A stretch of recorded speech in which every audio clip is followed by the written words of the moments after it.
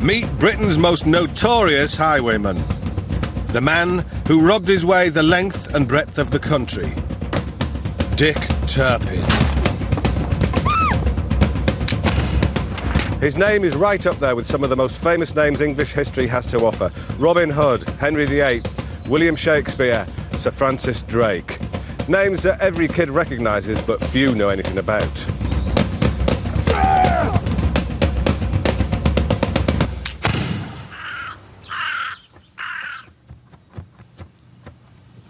Stand and deliver. I coined that phrase, you know, and you know what? What? They always did, every last bleeding one of them. I mean, who could resist Dick Turpin, gentleman of the road? So what went wrong? What do you mean, what went wrong? Well, with your reputation, I was expecting some kind of caped crusader, not somebody who was dirty, scruffy, and, if you don't mind, a bit spotty. Oi! Don't mention the plukes, or I'll mark it myself, right? I had smallpox when I was a kid. I can't help it.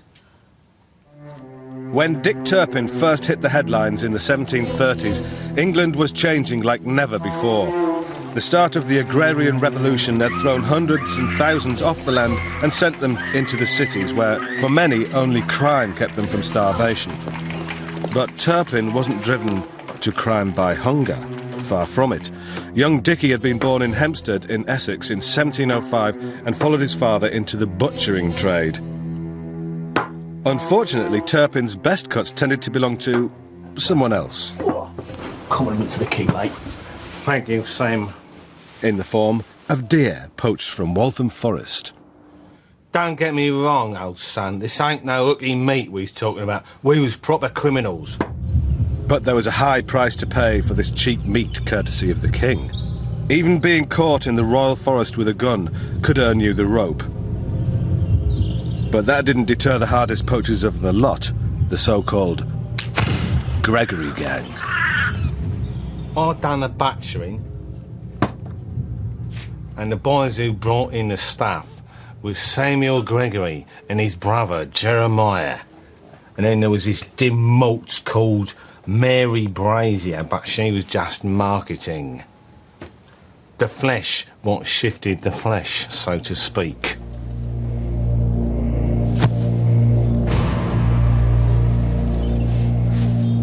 The idea of the poor peasant getting one for the pot at the expense of the rich landowner is not what we're talking about here. The Gregory gang killed at least 2 people in the forest and attempted to kill at least 1 more.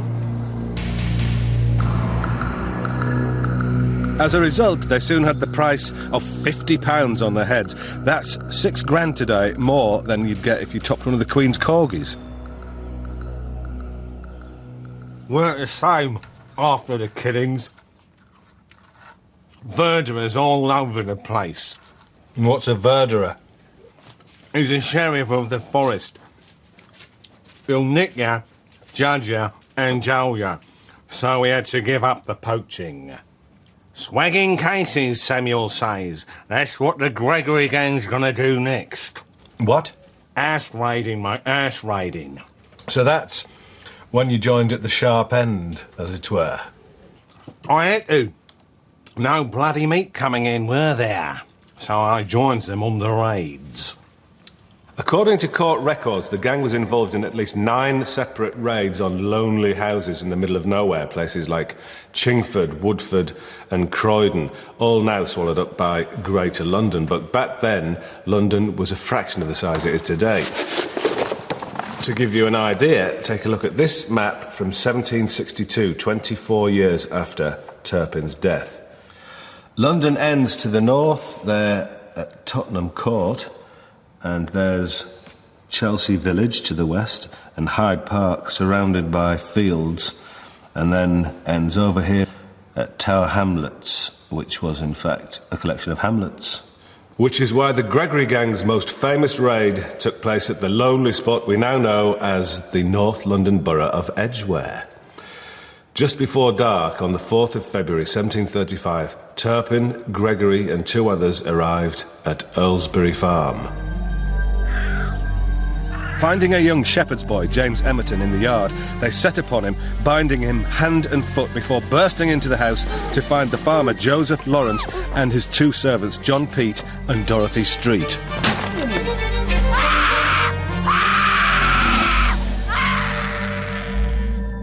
Surprise and terror, those were our tactics, going there hard, and they'd be so scared they'd just hand over the Reddies. But Joseph Lawrence was a tougher character than most. He was a nut in need of cracking with hammer. He was over 70 when you tortured him. Look, this is the evidence that he gave the authorities. They beat me with their pistols. Yeah, but not very hard. They took the kettle from the stove and threw it over me. Hold up, I've seen that piece of paper. Even he admits that the water weren't hot. Gives it here. Here, look. The maid had just taken out some of the scalding water and put some cold in, so that it did me no harm. And then they threw me on the fire. Threatened, yes, but we never done it. And while all that was going on, your mate Samuel Gregory was upstairs raping the maid. What he done with that dim malt is nothing to do with me. And all that for how much? 30 quid. You'll be pleased to know that old Joseph Lawrence survived the ordeal, and soon half the country were out looking for the gang. Keenest to find them was Lawrence's son Thomas and his servant John Peat. The pair got lucky when it was reported that horses similar to those seen near Earlsbury Farm on the night of the robbery were tied up outside a pub in Bloomsbury. Sure enough, there, half cut on cheap ale, were 3 of the gang, but not Turpin or Gregory. Soon more arrests were made, but Dick Turpin and the Gregory brothers managed to remain at large. After a short stay in Newgate Prison, the unlucky members of the Gregory gang were tried at the Middlesex General Sessions of 1735. In those days, trials were quick affairs, with the defendants getting little chance. In fact, in 1833 it was calculated that the average trial took 8.5 minutes. The defendants were urged to plead guilty, as that gave the judge some flexibility in sentence. It wasn't considered necessary for the defendant to have a lawyer, as in the words of one legal mind of the time, it required no manner of skill to make a plain and honest defence. Juries, who would often try up to 20 cases a day, would deliberate in the court itself, offering the verdict within minutes of the trial's end. Silence! Death was a common sentence, so common, in fact, that if a session ended without the death sentence being handed out, it was called a maiden session, and the judge was awarded a special pair of white gloves. Needless to say, in the case of the Gregory gang members, no white gloves were needed. But what of Turpin and Gregory? The noose closed on Samuel Gregory and his brother when they were spotted at a cockfight near Petersfield. When Samuel's coat accidentally opened to reveal 2 large pistols stuck inside his belt. In those days, there was no police force, and arrests were usually carried out by the public, keen to get their hands on the reward money. And so it was that 4 local lads set about Gregory and his brother as they slept in an inn just outside town. 100 years before anyone could shout police brutality, this citizen's arrest led to Samuel Gregory losing his nose to a sword, and his brother Jeremiah dying from a pistol shot to the leg. Good mates, them. I owes them everything, but with them gone, I had to get a new trade. Dick Turpin, highwayman? Not just Dick Turpin, highwayman, but Dick Turpin, the most famous highwayman in the world. Stand and deliver!